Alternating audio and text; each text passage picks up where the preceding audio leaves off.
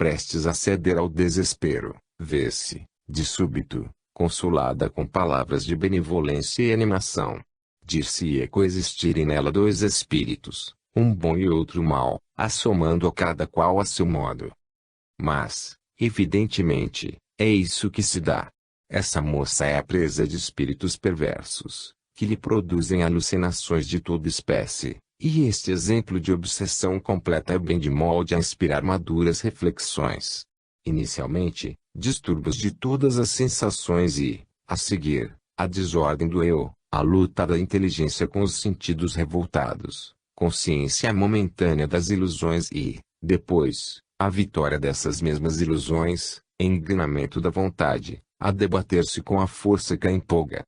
Haverá espetáculo mais digno da meditação de um filósofo, que o dessa mulher, que reconhece o desregramento dos sentidos, que sabe ser joguete de puras quimeras, sem poder, contudo, subtrair-se à sua influência.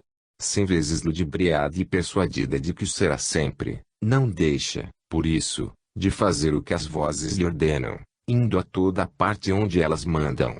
Essa anulação da vontade diante da sugestão dos espíritos prende-se à fraqueza do sistema nervoso, e torna-se fácil reproduzi-lo artificial e transitoriamente com o indivíduo hipnotizável. Pode comparar-se, então, os obsidiados com os sonâmbulos em vigília, que, não obstante sofrendo a ação do magnetizador, têm consciência do seu estado.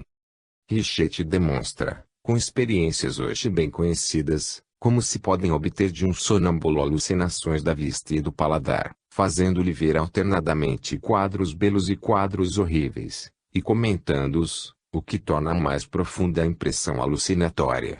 De ver-se como eles se interessam e utilizam as aventuras dos heróis descritos, de molde a ficarem violentamente impressionados. Choram ou riem, conforme a narrativa seja triste ou alegre, anulando-se-lhes, em suma, o império das suas ideias pessoais. Este pertence, de fato, ao hipnotizador, e o hipnotizado já não resistirá às impressões que lhe vêm do exterior, transformado em autômato intelectual. O mais notável é que alguns indivíduos têm consciência do seu estado, se bem que incapazes de o modificarem. Eis um exemplo a mais, tirado de Richetti 126. Não há, então, nenhuma desordem intelectual, mas já existe, por uma espécie de ação eletiva, inibição e paralisia da vontade. Com a senhora X, podíamos acompanhar muito bem esse fenômeno singular. Assim é que, capaz de analisar-se a si mesma, dizia-me, não tenho ideia alguma, sinto-me incapaz de prestar atenção seja o que for. Tenho a cabeça vazia, parece-me tudo ver através de um nevoeiro. Esta sensação de vácuo é da mesma natureza da manifestada pela senhorita de que nos fala Brière de Boismont, que confessava ter a cabeça e a coluna vertebral como que cheias de ar. Continuemos, agora o paciente é um homem. Tomo, então, de um livro qualquer, entrego-lhe e digo, não o des a ninguém. Ele bem sabe que tudo isso não passa de uma experiência sem maior importância, mas ninguém lhe obterá o livro. Amigos presentes insistem, dá-me este livro. Recusa, alegando motivos e pretextos vários. Por fim, diz, não precisais do livro, dá-lo-ei, sim, mas não agora.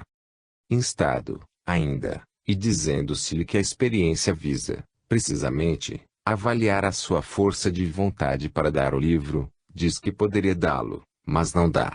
E segue resistindo uns 10 minutos a todas as instâncias, procurando arrazoar a sua resistência, e encontrando argumentos que justifiquem a negativa.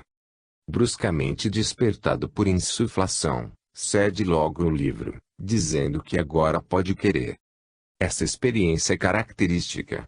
Eu já a fizera com muitos sonâmbulos, mas com este torna-se ela mais interessante, porque ele conserva a noção de si mesmo e pode analisar muito bem as próprias sensações. É a inibição da vontade em toda a sua nitidez e simplicidade. Essa suspensão da vontade impede toda e qualquer reação às diversas injunções impostas aos sonâmbulos. Ordeno a M. Que ria e ele adverte, rir de quê? Isso não é sério, é proforme e eu não tenho vontade de rir. E, não obstante, ri-se, ou antes, careteia algo de riso, e por tanto tempo quanto me praza. Se lhe mando chorar, começa dando um suspiro, tapa os olhos com as mãos, e as lágrimas entram a deslizar-lhe pelas faces. Podemos, então, analisar-lhe as sensações. É um espectador de si mesmo e, sem embargo, um autômato incapaz de resistência, a chorar sem motivo e sabendo que não há mesmo motivo algum para chorar. Nesta experiência estamos a ver que o sonâmbulo sabe que nela toma parte como instrumento, que é o seu amigo Richete quem nele atua, mas, se o operador estivesse invisível, a situação de M. seria a mesma da senhora mencionada por Brière de Boismont. Esta não era louca, tinha consciência do seu estado, pois que, a não ser sob a influência incoercível das vozes, entregava-se, normalmente, aos seus mistérios, sem que algo denunciasse os distúrbios intercorrentes. Durante 10 anos nesse estado patológico, diz o autor, a enferma não deixou de ocupar-se com os seus negócios, chegou mesmo a administrar seus bens, cumpriu todos os deveres sociais e, ainda que depois desse tempo as vozes não lhe facultassem um instante de repouso, em nada alterou seus hábitos. Compreendeu, apenas, de um modo intuitivo, que a razão lhe fugia e procurava, nos avisos e conselhos impossíveis de executar, um alívio para os seus males. Eis como o Espiritismo oferece uma explicação lógica de certos estados da alma, averbados de loucura e que, absolutamente, nada tem de comum com as falsas percepções e com as perturbações cerebrais, porque se prendem a uma certa ação análoga da sugestão hipnótica, cuja causa aqui procurarmos no mundo espiritual. O que torna assaz difícil distinguir a loucura da obsessão é que os sentidos são suscetíveis de alucinação consequente a desordens do sistema nervoso, independente de uma intervenção externa e ostensiva. Torna-se preciso, portanto, uma grande prática e muito discernimento para reconhecer a origem do mal, e os especialistas acostumados a tratar de alucinações deveriam dispor-se a focalizar o assunto sob este ponto de vista, certos de que daí só poderia resultar enorme progresso neste ramo da medicina. Na subjugação, antigamente chamada possessão, o domínio do espírito é completo. O subjugado é um instrumento absolutamente dócil às sugestões do espírito, que chega mesmo a não lutar contra esse poder oculto, quer física, quer moralmente falando. Torna-se-lhe, assim, inteiramente passivo. A vontade do obsessor avassalou, substituiu totalmente a sua vontade. Com mais um pouco, acabará perdendo a noção de si mesmo, passando a crer-se um personagem célebre, um reformador do mundo, etc. Numa palavra, tornar-se-á louco, pois não é impunemente que a influência perturbadora se exerce por longo tempo e, uma vez sobrevindo as lesões do cérebro, a moléstia torna-se incurável. Pode o enfermo apresentar diversos tipos de subjugação. Assim que, às vezes, a subjugação é apenas moral e, neste caso, o indivíduo tomará as resoluções mais extravagantes, até contrárias aos seus interesses, ou ilegais, firmemente convicto de estar procedendo com absoluto bom senso. De caráter material, a subjugação pode apresentar modalidades bem diferentes. Allan Kardec conheceu um homem, nem jovem nem bonito, que, impelido pelo espírito obsessor, ajoelhava-se aos pés de todas as moças. Outro, sentia nas costas e nos tornozelos uma pressão tão forte que o levava a genuflectir-se e beijar o chão, em plena rua, diante de todo o mundo. Esse homem era tido por louco, mas ainda não era, por isso que percebia o seu estado e com isso muito sofria. O hipnotismo veio dar-nos a chave desses fenômenos. O indivíduo obedece, mais ou menos passivo, a quem o imergiu nesse estado, não pode oferecer resistência eficaz à sugestão, sejam quais forem as consequências que lhe possam daí advir. Suponhamos que essa situação se prolongue por semanas, meses, anos, e teremos as desordens físicas, difíceis de curar, mesmo depois de afastado o espírito obsessor. Até agora, ignorava-se que uma causa espiritual extraorgânica pudesse originar a loucura e, consecutivamente, desordens encefálicas, de sorte que, cuidando apenas do corpo, negligenciava-se quanto ao espírito. O Espiritismo veio demonstrar a necessidade de um tratamento moral do enfermo, coincidente com a intervenção junto do obsessor, e mais, que, em muitos casos, se a lesão não for irremediável, torna-se possível restituir ao alienado seu vigor orgânico e, com ele, a razão. Os médicos têm o dever de estudar nossa doutrina, uma vez que sua profissão obriga-os a investigar todos os meios de sarar os enfermos.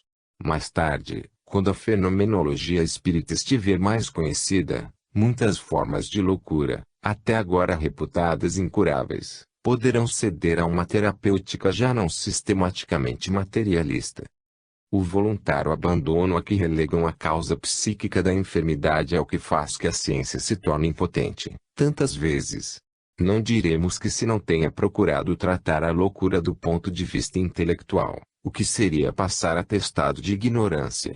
O que pretendemos dizer é que se tem tomado uma falsa direção, deixando de cogitar da parte condizente ao obsessor, isto é, do hipnotizador desencanado. A este é que importa rechaçar, antes de tudo mais, com os recursos preconizados pelo Espiritismo. Isto feito, vencida estará a maior dificuldade e não restará mais que reparar o corpo, tarefa que incumbe naturalmente à medicina, desde que, como acima dissemos, as degradações orgânicas não sejam de maior vulto.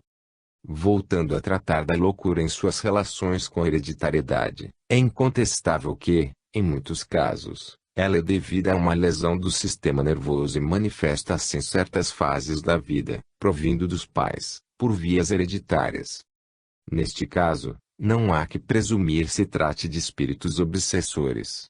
Trata-se do próprio organismo viciado, deteriorado, e que, não mais obedecendo à alma, pode engendrar alucinações radicadas no falseado mecanismo cerebral. Também é frequente a complicação do fenômeno, podendo a hereditariedade apresentar metamorfoses. Assim, um alcoólico pode procriar idiotas, caso em que o encéfalo fica parcialmente destruído por influência alcoólica, de sorte que, na criança, o cérebro não ocupa toda a caixa óssea. Outras vezes, as convulsões dos ascendentes transmudam-se em histeria, ou epilepsia nos descendentes. Cita-se um caso de hiperestesia paterna, desenvolvimento doentio da sensibilidade, que se estendeu aos netos e produziu a mania, a hipocondria, a histeria, as convulsões, os espasmos. Casos são estes abundantes, que a teoria da reencarnação expiatória explica satisfatoriamente. Vamos dar alguns exemplos. O perispírito não é criador, é simplesmente organizador da máquina, mas, se a hereditariedade apenas lhe faculta materiais viciados ou incompletos, ele é incapaz de os regenerar e sempre restam partes do cérebro forradas à sua influência. Ora, tão complexa é a vida mental, o jogo de faculdades tais como memória, ideação, imaginação, julgamento, etc., e tão íntima é a sua ligação, que a deficiência de uma só faculdade entrava a manifestação das outras. E daí as desordens a que aludimos. Guy traz também nos conta o seguinte: um homem acometido de loucura tem filhos normais, que exercem cargos públicos com muito critério. Isto, bem entendido, de começo, porque, aos 20 anos, ficam loucos. Sobre 22 casos de loucura hereditária, Albanel e Toré notaram episódios desse gênero. Famílias a cujos membros, salvo raras exceções, são atingidos da mesma espécie de loucura. De uma feita, internaram-se, no mesmo dia, 3 parentes, num hospício da Filadélfia. No de Connecticut, havia um louco que era o 1/10 da família. Lucas refere-se a uma senhora que era o 8º, e o mais curioso é que o mal manifestava-se na mesma idade, através de sucessivas gerações. Um negociante suíço viu morrer ele 2 filhos loucos, ao completarem os 19 anos. Uma senhora enlouqueceu de parto aos 25 anos e teve uma filha que enlouqueceu na mesma idade, depois de repetidos partos. Em dada família, pai, filho e netos suicidaram-se aos 50 anos, Esquirol. Nada obstante todos estes fatos que acabamos de citar, A hereditariedade intelectual não se faz regra, pois se nota que são as enfermidades e não as faculdades propriamente ditas que se transmitem por via seminal. As qualidades inatas são muito mais frequentes, em que pesem as numerosas exceções. Foi o que sustentou o Dr. Pelucas, cuja opinião compartilhamos, visto sabermos que o espírito, ao encarnar, traz a sua individualidade, quase sempre diferente da dos pais. Não vemos, às vezes, homens de gênio nascidos de troncos medíocres. E, por outro lado, acelerados oriundos de famílias honestas. A lei da reencarnação explica perfeitamente estas anomalias aparentes, visto que neste estudo, como em todos os que afetam o físico e o moral, importa não nos colocarmos num ponto de vista exclusivista, sob pena de ficarmos sempre adstritos a um só lado da questão. O sábio que só encara a matéria engana-se tão redondamente quanto o espiritualista que só enxerga o espírito. Ao espiritismo cabe esclarecer a ciência, dilatando-lhe os domínios até ao mundo invisível. Diremos, portanto, que o espírito encarnando traz consigo, incontestavelmente, as aquisições de vidas anteriores, mas é preciso termos em conta as disposições orgânicas, que podem ser favoráveis ou prejudiciais ao desenvolvimento das faculdades inatas. Eis o que, a respeito, diz o Dr. Moreal, de Tours, que não admite a hereditariedade senão do ponto de vista fisiológico, quando afirma ser em transmissão hereditária das falhas orgânicas que produz as moléstias mentais nos descendentes. Outra coisa não dizemos nós, embora divergindo, em absoluto, do Dr. Moreal, quanto à natureza do princípio inteligente. Para os materialistas, sendo a alma uma resultante do organismo, só pode adoecer dele por ele. Nós, porém, que acreditamos na independência constitutiva da alma, dizemos que ela não adoece jamais, e somente não pode manifestar suas faculdades num corpo mal aparelhado, a que faltem quaisquer elementos indispensáveis ao bom funcionamento integral do espírito.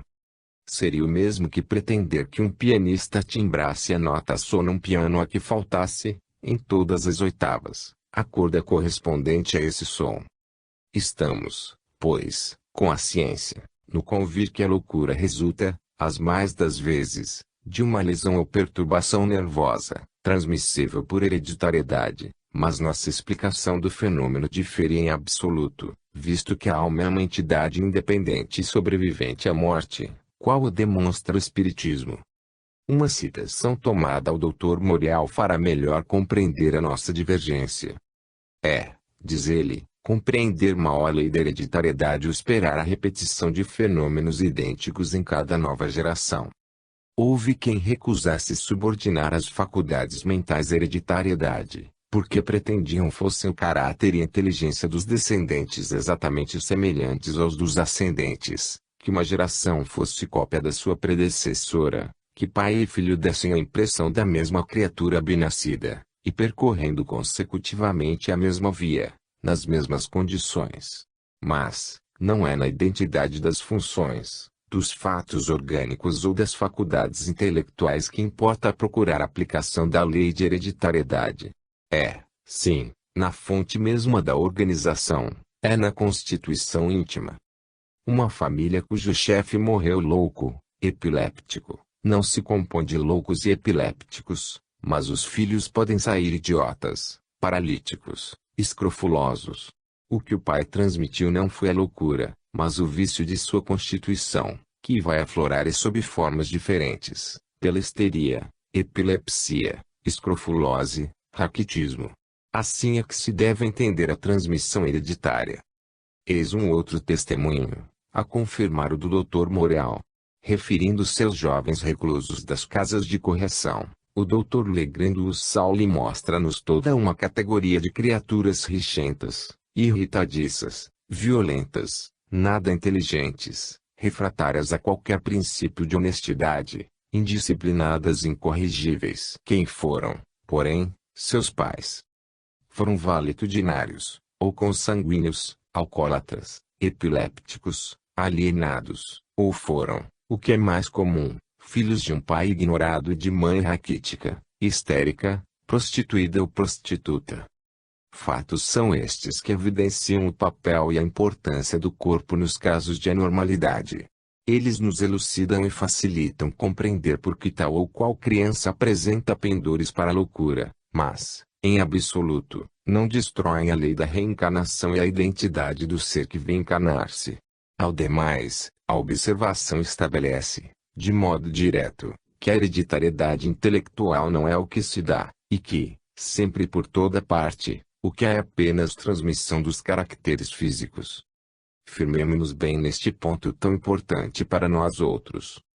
Primeiro, o que prova a reencarnação, diz Burdage, é que, por vezes, tendo os pais uma inteligência assaz limitada, os filhos revelam as mais auspiciosas disposições. É comumente de pais medíocres que derivam homens superiores, espíritos cuja influência se faz sentir por milênios e cuja presença na Terra dir-se-ia necessária à humanidade, na época em que surgiram. Veja-se que os maiores expoentes nasceram de famílias pobres, vulgares, quase anônimas. Exemplos: o Cristo, Sócrates, Joana d'Arc. Segundo, temos os filhos indignos de pais ilustres, assim o de Cícero, Germânicos e Calígula, Vespasiano e Domiciano, Marco Aurélio e Comodo, os filhos de Henrique IV, de Luís XIV, de Cromwell, de Pedro, o Grande, de La Fontaine, de Crebillon, de Goethe, de Napoleão. Terceiro, as raças inferiores podem produzir grandes homens, como, por exemplo, entre os negros, Toussaint Louverture. Quarto, é muito comum observar que, a despeito de grandes semelhanças físicas, os filhos podem, moralmente, em nada se parecer com os pais. O Espiritismo, graças à lei hoje bem demonstrada da reencarnação, explica essas anomalias da hereditariedade, anomalias desconcertantes para quantos teimam em recusar a intervenção do elemento espiritual como individualidade bem definida, nos problemas que não dispensam esse postulado para sua resolução. E eis porque ficam adstritos a dizer com ribote: quais as causas dessa metamorfose? Por qual transmutação misteriosa a natureza extrai o melhor do pior, e vice-versa? De nós nada podemos responder, senão que a questão fora do alcance da ciência atual. Nós não podemos explicar por que tal ou qual atividade se transforma ao transmitir-se, tampouco porque reveste uma que não outra modalidade. Vê-se, pois, em suma, que, para bem compreender a natureza humana, é preciso considerar a hereditariedade que se exerce sempre do ponto de vista fisiológico e que, sem admitirmos sejam transmissíveis as faculdades do espírito, o que é impossível, segundo o Espiritismo, haja disposições orgânicas, dos pais, a se revelarem em seus descendentes. Daí, uma grande responsabilidade para quantos, sabendo-se atingidos de moléstias incuráveis, ou de vícios que lhes deixaram estigmas indeléveis, não temem procriar seres que, fatalmente, trarão esse estigma indelével pela leviandade ou imprevidência dos genitores. Ouçamos, a propósito, o sábio e consciencioso naturalista senhor de Quatrefages. Há muito se vem notando que os filhos concebidos em estado de embriaguez apresentam, às vezes permanentes, uns tantos sinais característicos desse estado, como sejam, sentidos obtusos e faculdades intelectuais quase nulas. Ora, em Tolosa, durante curto estágio clínico, tive ocasião de observar um desses casos. Um casal de operários, oriundos de famílias sadias de corpo e de alma, tinha 4 filhos, dos quais os 2 mais velhos eram vivos e inteligentes, o terceiro, imbecil e quase surdo, e o quarto, parecendo com os mais velhos.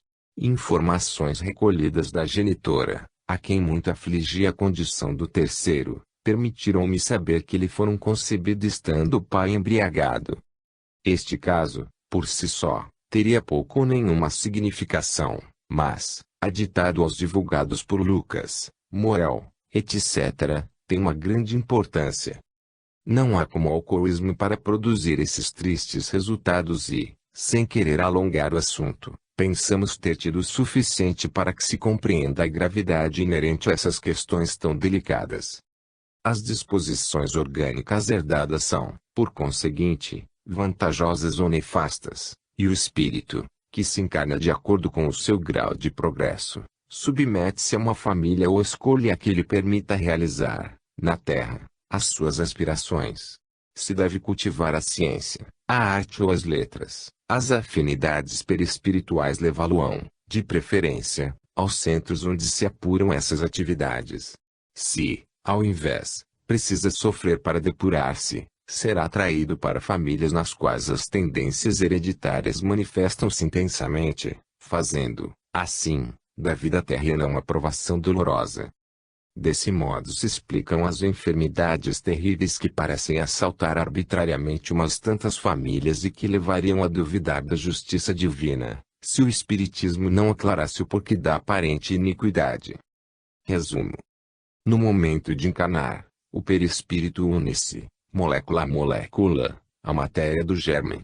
Possui-se uma força vital, cuja energia é mais ou menos vigorosa, transformando-se em energia atual durante a existência, determina a longevidade do indivíduo. Esse germe também contém gêmulas modificadoras do organismo, em virtude das leis da hereditariedade, ou melhor, a força vital, modificada pelos pais, transmite as disposições orgânicas da progenitura. É, pois, sob a influência da força vital que o perispírito desenvolve as suas propriedades funcionais. A evolução vital do germe recapitula, de um modo rápido, as conformações ancestrais que a raça experimentou. Assim como o duplo fluídico encerra, sob a forma de movimentos, o traço indelével de todos os estados da alma após o nascimento, assim também o germe material contém em si a impressão indefectível de todos os sucessivos estados do perispírito.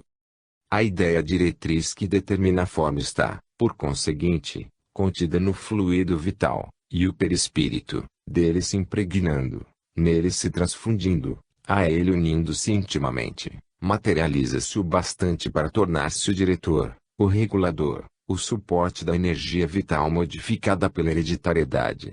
É graças a ele que o tipo individual se forma, desenvolve-se, conserva-se e se destrói.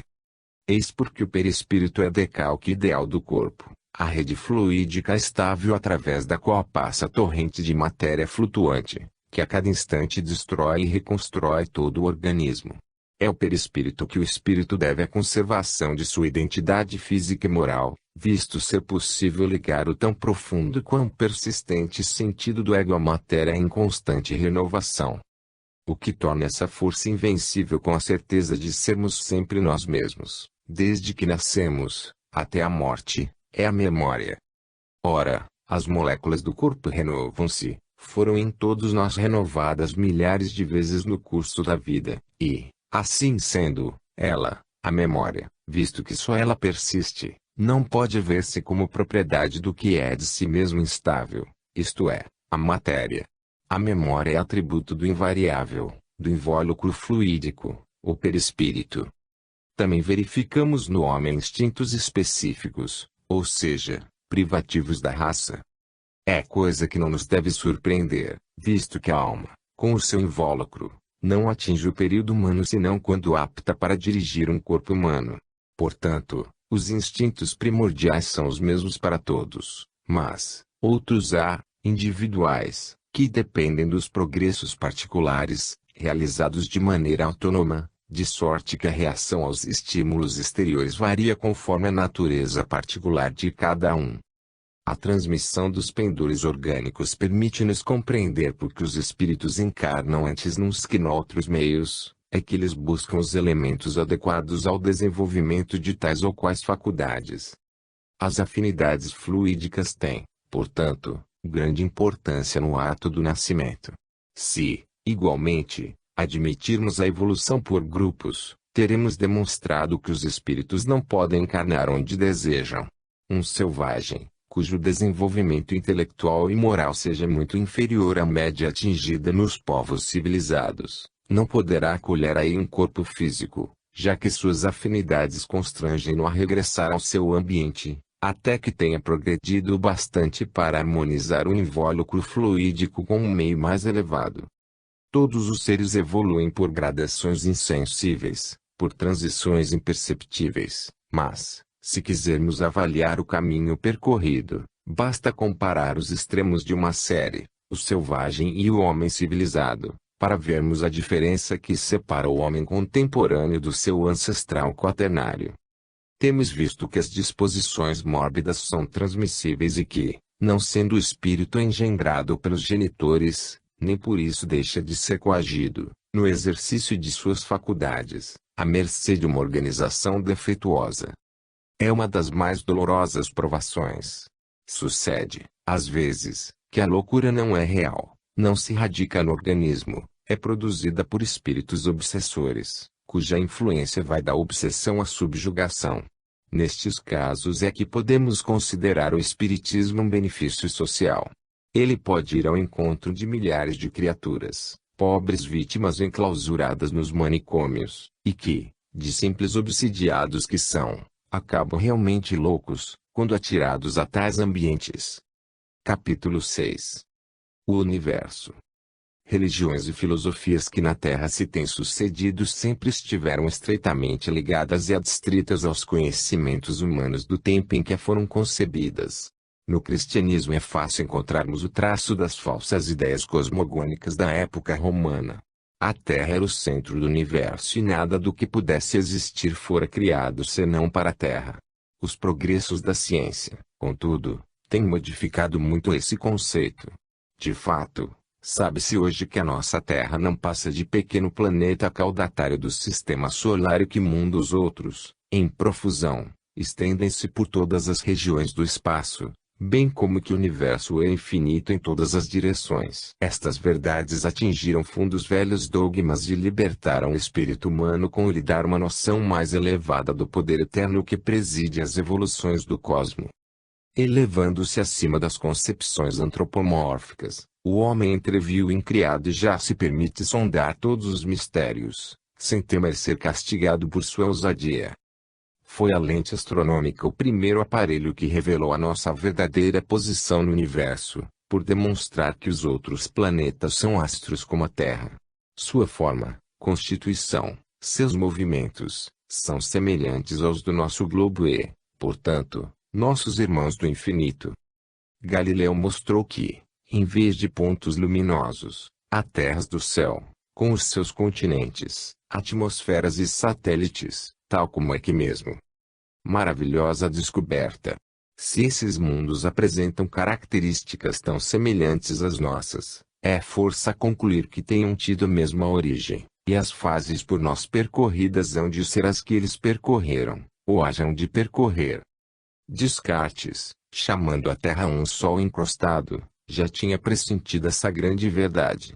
Deixando de lado o sistema solar, já então acanhado para o seu arrojo, o espírito humano, mercê do telescópio, voa com Herschel para os astros longínquos, abismalmente separados do nosso sistema. E são as estrelas e nebulosas a estadearem esplendores diante do nosso olhar maravilhado. Aqui, é a vastidão dos céus que nos desafia a imaginação aturdida com as perspectivas insondáveis. A distância das estrelas, uma nebulosa com o diâmetro da órbita terrestre, ou seja, 74 milhões de léguas, seria invisível. Perceptível, apenas, se-lo-ia que o tivesse igual à órbita de Júpiter, ou de Saturno. As mais compactas ultrapassam a órbita de Netuno, computada em 22.222 milhões de léguas. Outras, ainda mais gigantescas, mal puder o espírito humano imaginar-lhes as proporções. Esses formidáveis amálgamas de matéria cósmica mostram, às vezes, pontos brilhantes que, não já considerados em uma só, mas em muitas nebulosas, nos aparecem cercados de nebulosidades mais ou menos extensas. É de se presumir que esses núcleos nos oferecem todos os graus de condensação da matéria que os compõem, desde a nuvem mais difusa até a estrela mais bem formada. Surge, então, a magnífica concepção da gênese dos mundos, a prosseguir incessante nas solidões do espaço infinito. Para presenciar essas transformações ciclópicas, preciso fora utilizar períodos de tempo ante os quais a vida e a ciência humanas não representam, certo, mais do que um minuto.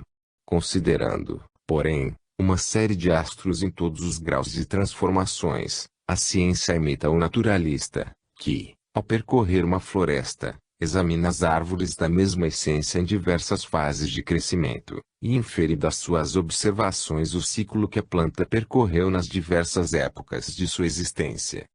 Na conquista do astral, onde como deter a pesquisa audaciosa deste pigmeu, ínfimo entre os mais ínfimos pigmeus do universo, a fotografia recuou os limites de acesso a distâncias incalculáveis, mas quem revelará ao pigmeu a natureza desses mundos longínquos, intervalados de abismos vertiginosos, imensuráveis? O espírito está, porém, senhor da matéria e do espaço, visto que um novo meio, eficiente quão inesperado, vai permitir-lhe analisar esses mundos perdidos nas insondáveis profundezas do infinito. Em vez de considerar a luz do ponto de vista das imagens que ela nos pode facultar, fazemos-lhe a análise, e esta nos revela a natureza química do corpo que nos envia, e mesmo dos corpos que, colocados no trajeto dos seus raios, podem modificá-los por absorção. É uma descoberta de alcance filosófico incalculável, de vez que prova materialmente a grandiosa unidade das leis naturais que regem todo o cosmo. Essa análise espectral, extensiva a estrelas e nebulosas, afirma que a matéria, idêntica por toda parte, é, portanto, o alicerce fundamental das nossas induções filosóficas. Entretanto, nesta senda, podemos ir ainda mais longe. Não satisfeitos de podermos calcular, com rigorosa justeza, a trajetória desses astros, de os pesar e analisar, ainda nos foi dado avaliar-lhes a idade no conjunto da criação.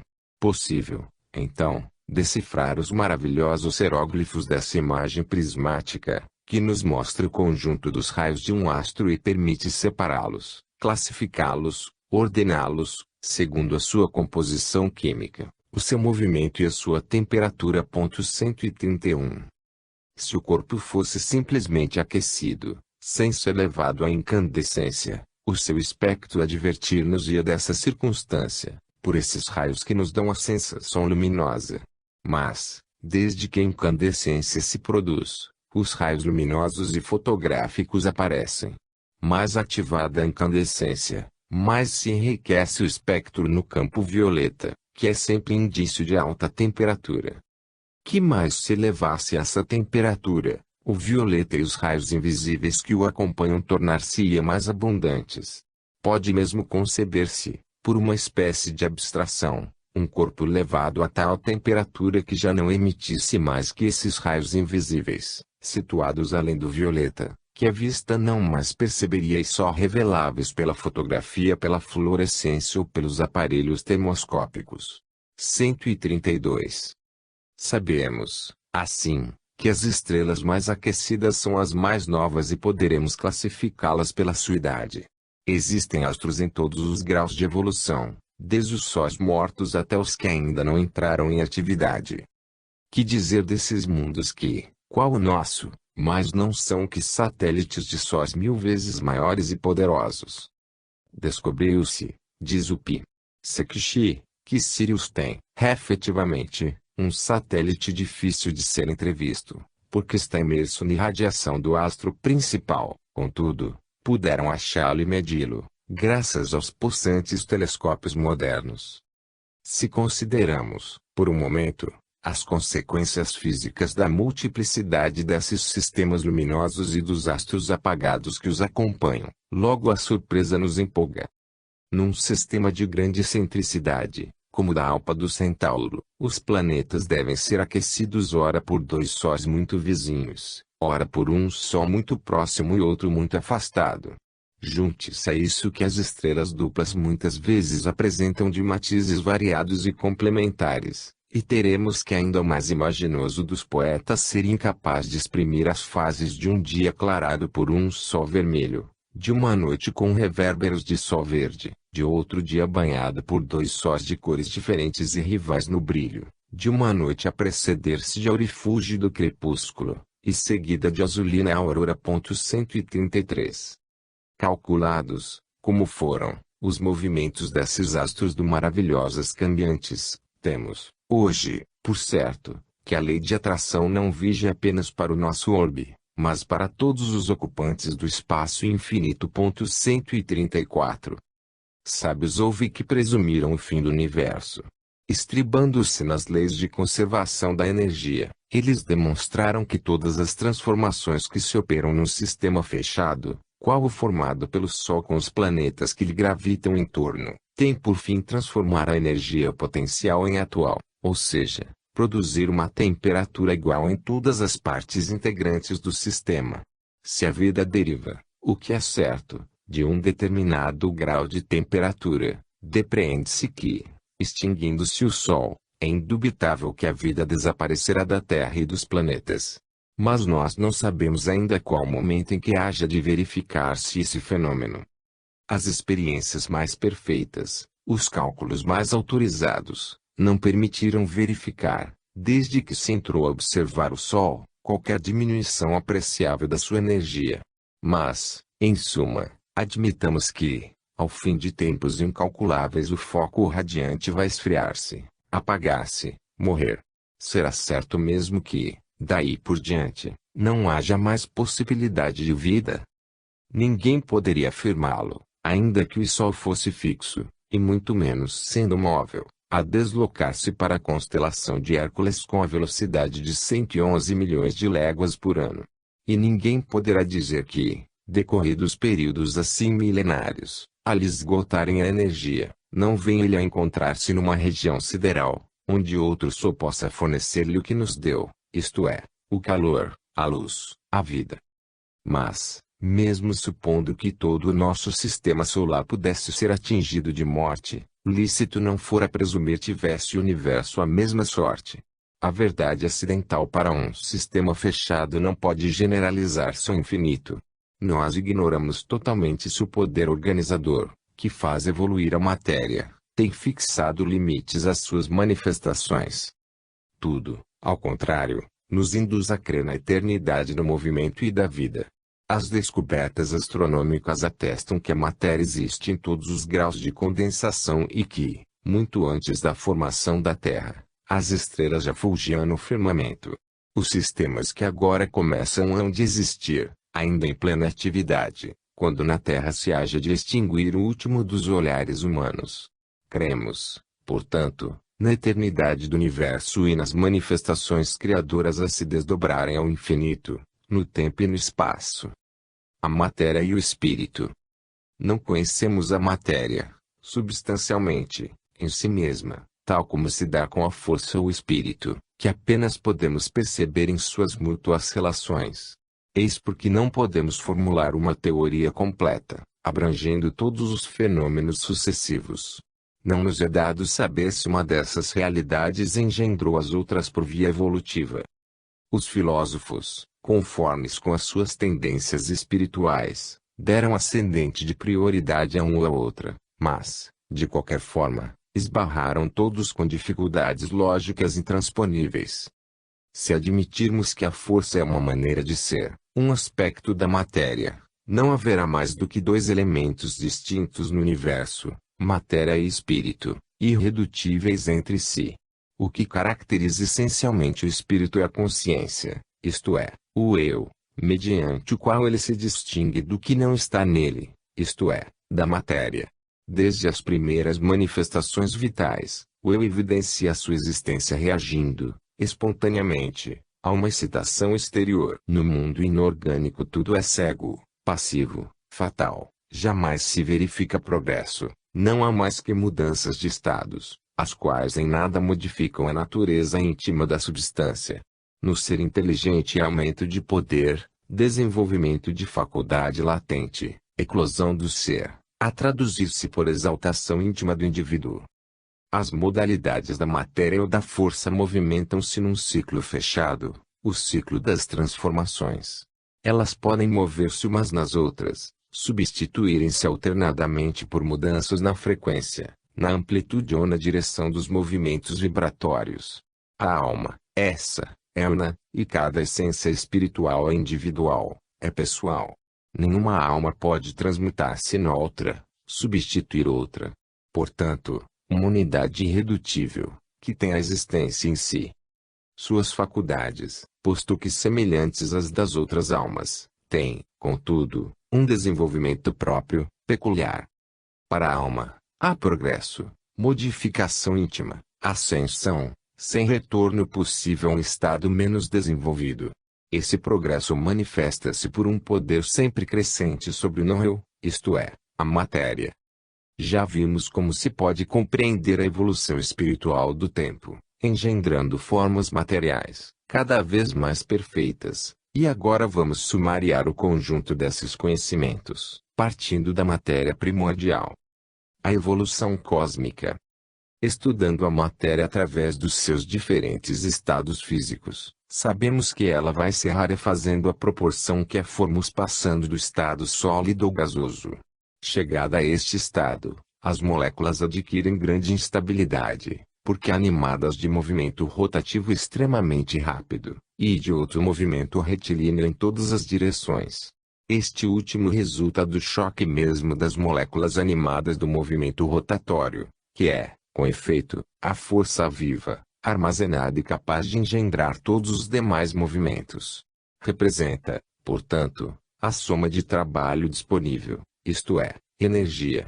Segue-se, daí, que é nas moléculas gasosas que a energia potencial se nos apresenta no mais alto grau.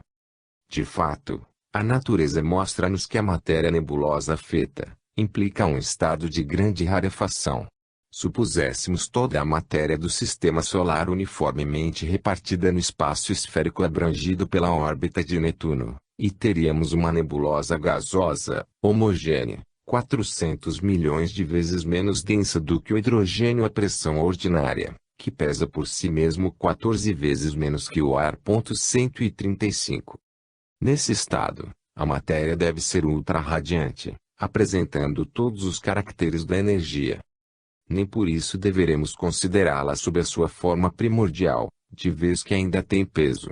Não ignoramos que sábios ilustres quais Helmholtz, Crookes, Carnellay, baseando-se no estudo da energia, admitem possa a matéria afetar estados extremos de peso. Possível se nos torna, assim, imaginar uma substância primitiva, invisível e imponderável, que corresponda ao estado primordial da matéria, ou seja, o fluido universal. À idêntica conclusão chegaremos, examinando as propriedades químicas da matéria.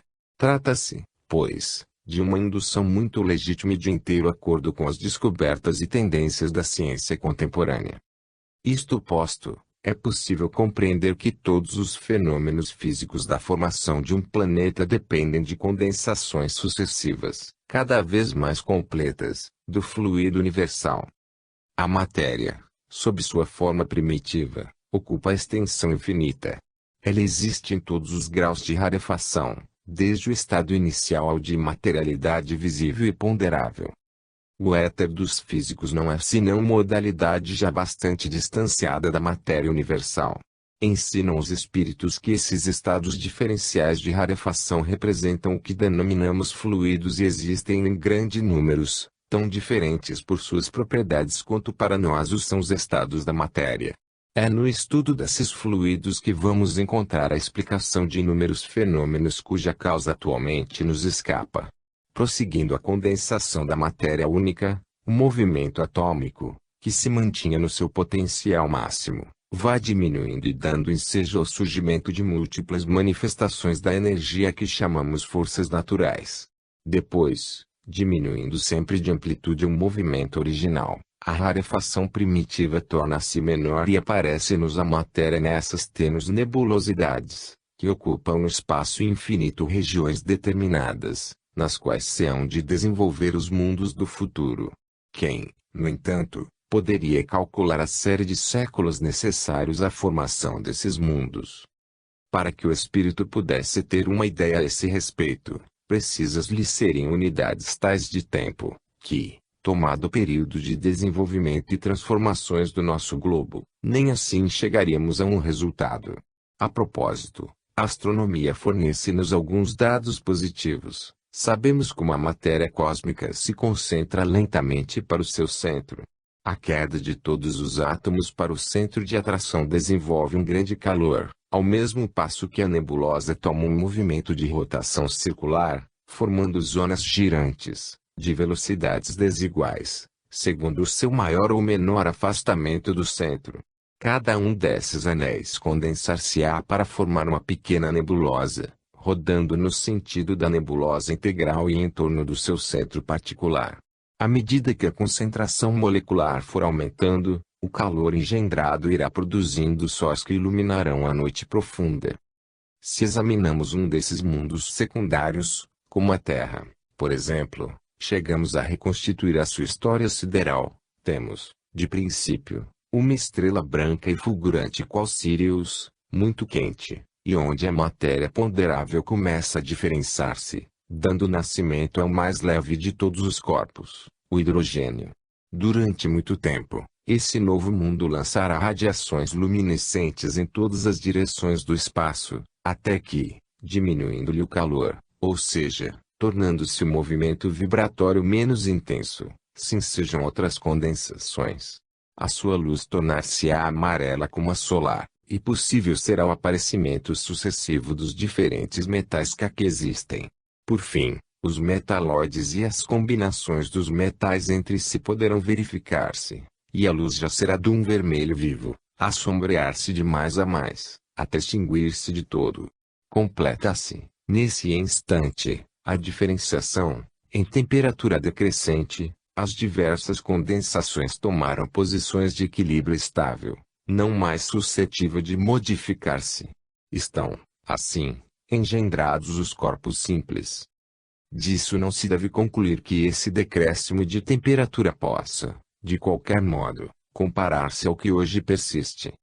Devemos figurar a Terra como um laboratório imenso, onde os corpos ainda se encontram no estado vaporoso, liquefeitos em parte, isto é, sob uma temperatura de 2000 graus, aproximadamente.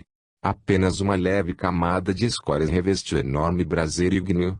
A atmosfera apresenta-se-nos carregada de vapores, sulcada de formidantes descargas elétricas. Mas, o frio dos espaços interplanetários atua ainda de longada. As condensações metálicas operam-se mediante forças físico-químicas desencadeadas, e a crosta sólida vai aumentando, até que chega a interceptar os raios do foco central.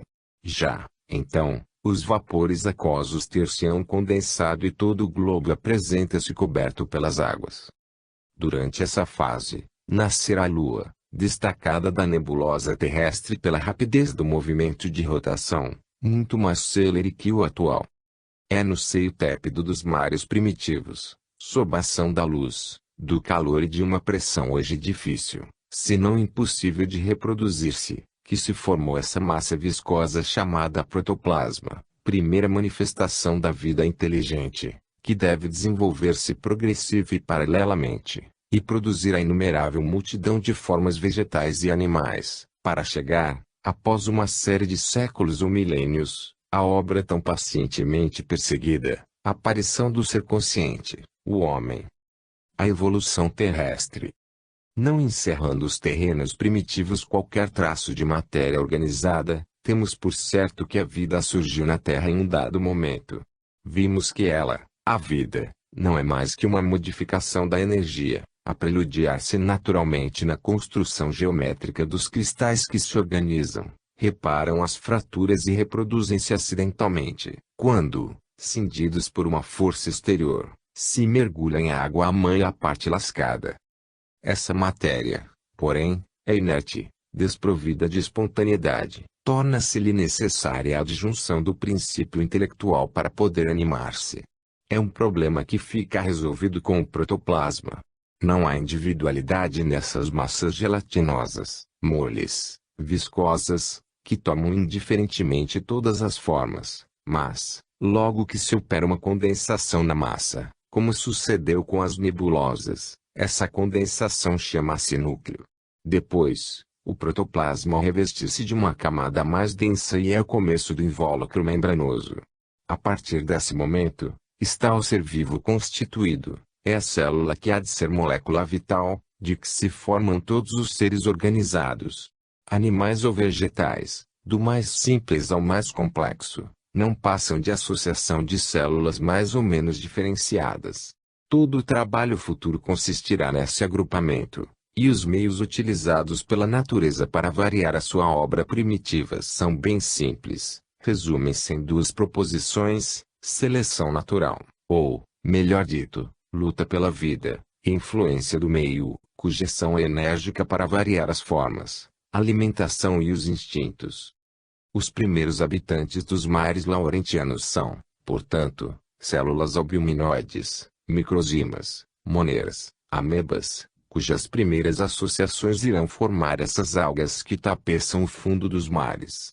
No princípio, a vida é incerta, os animais e os vegetais como que se confundem, mas não tardarão a diferenciar-se. As células de envoltório flexível engendrarão os seres móveis, os animais, as de invólucro resistente, da natureza da celulose, engendrarão os vegetais imóveis. Nascidos diretamente do protoplasma, os primeiros organismos animais são células livres, dotadas de vida própria. As amebas, bastante parecidas com uma gota de óleo, contraem-se e caminham penosamente. Não têm uma forma bem definida ainda. Um primeiro aperfeiçoamento verifica-se nas moneras esféricas, providas de cílios retráteis, que lhes permitem deslocarem-se. Os volvosses são animados por movimento de contínua rotação. Nestes seres primários, surdos, cegos, mudos, o único sentido é o tato. Reproduzem-se por fracionamento. Quando a célula ultrapassa um certo volume, opera-se o estrangulamento da massa, seccionada em duas partes, a formar cada qual uma nova célula. Desses primitivos organismos, cuja espécie deve ser contemporânea do surgimento da vida no planeta, ainda se encontram exemplares submarinos. Sua alimentação opera-se por simples absorção, como nas plantas e, no entanto, as células possuem todos os caracteres da vida, são efetivamente os antepassados de todos os animais superiores. Um pouco mais tarde, essas células já se não separam em se reproduzindo, e apenas ficam associadas por filamentos, tal como se dá com o Myxodictynum sociale. Os protistas ou zoófitos oferecem o exemplo da primeira vida celular em comum. Variável a forma desses animais, temos ovoides e avermelhados, achatados como folhas, vivendo outros encasulados, ramificados em colônias arborescentes. Contudo, a fusão entre individualidades distintas, que formam o animal, ainda não está feita e só se fará lenta e progressivamente. Nos protistas, cada parte vive de sua própria conta e preciso se torna um entendimento da vida em comum, uma divisão do trabalho geral, para engendrar um progresso. As esponjas patenteiam já uma tal qual individualidade obscura. É uma sociedade de amebas e difusórios flagelíferos, que se soldam em massa comum que se retrai ou se dilata em bloco, absorve e espelha a água de que se nutre. As idas, os polipeiros, as medusas, são formas transitórias que a natureza emprega para fundir as unidades particulares numa individualidade total. Aí, já existem músculos rudimentares, que dão à massa movimentos de conjunto. Já há um estômago e alguns rudimentos de nervos. Faltam ainda, porém, a vista, o olfato, a audição. Na hidra, por exemplo, as propriedades diferenciam-se tão pouco, que, se lhe invertermos a bolsa, o exterior torna-se interior e continua absorvendo o alimento como se nada de extraordinário houvera sucedido. Os tuniceiros já nos apresentam um progresso notável, qual a existência de um como líquido nutriente, que um coração rudimentar, a bater indiferentemente em todos os sentidos, envia a todas as partes do organismo. E aí temos o animal respirando pelas guelras. Uns acres segregam uma substância da qual se formam conchas arborescentes, como o poral. Aqui vemos que a natureza já tem percorrido longo trecho na elaboração das formas. Contudo, só temos assinalados seres difusos, amorfos, vegetando nas profundezas oceânicas, ilimitadas. Milhares de anos foram precisos para se produzirem os anelados, imediatos sucessores dos animais precedentes. Como os tuniceiros, tampouco a minhoca passa de um tubo, tem brônquios, mas o seu sistema cardíaco é já um tanto aperfeiçoado, rasteja para frente, isto é, na direção da extremidade em que tem a boca, como se soubesse que é por aí que deve buscar e encontrar o alimento. Nos anelídeos também já se entremostram nervos visuais, tanto quanto um sistema nervoso rudimentar. Vimos que, até então, a individualidade pouco se caracterizou. Vimos como